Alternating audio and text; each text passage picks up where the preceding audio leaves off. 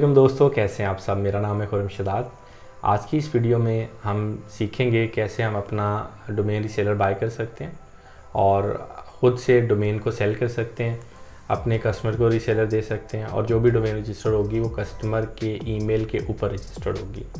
इसके अलावा इस कोर्स के अंदर हम सीखेंगे कि कैसे आप डोमेन रीसेलर के ऊपर साइन अप कर सकते हैं।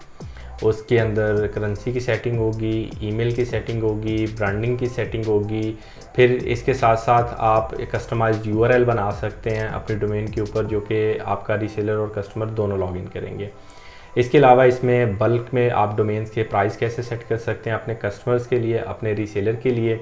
और इसी के साथ साथ हम जो मोस्ट इम्पॉर्टेंट फीचर है कि हम अपने रीसेलर को अपने WHMCS के साथ कैसे लिंक कर सकते हैं, ताकि जो भी कस्टमर आपका WHMCS के थ्रू ऑर्डर करे वो रिन्यूअल का हो, रजिस्ट्रेशन का हो, 1 क्लिक के ऊपर प्रोसीड हो जाए इनवॉइस पेड होने के ऊपर। तो इसके अंदर WHMCS के साथ इसकी इंटीग्रेशन भी आएगी। तो इंशाल्लाह सून हम इसकी फ़र्स्ट वीडियो लॉन्च करेंगे। तब तक के लिए स्टे ट्यून करें और सब्सक्राइब करें ई होस्ट PK चैनल को। अपना ख्याल रखें। अल्लाह हाफिज़।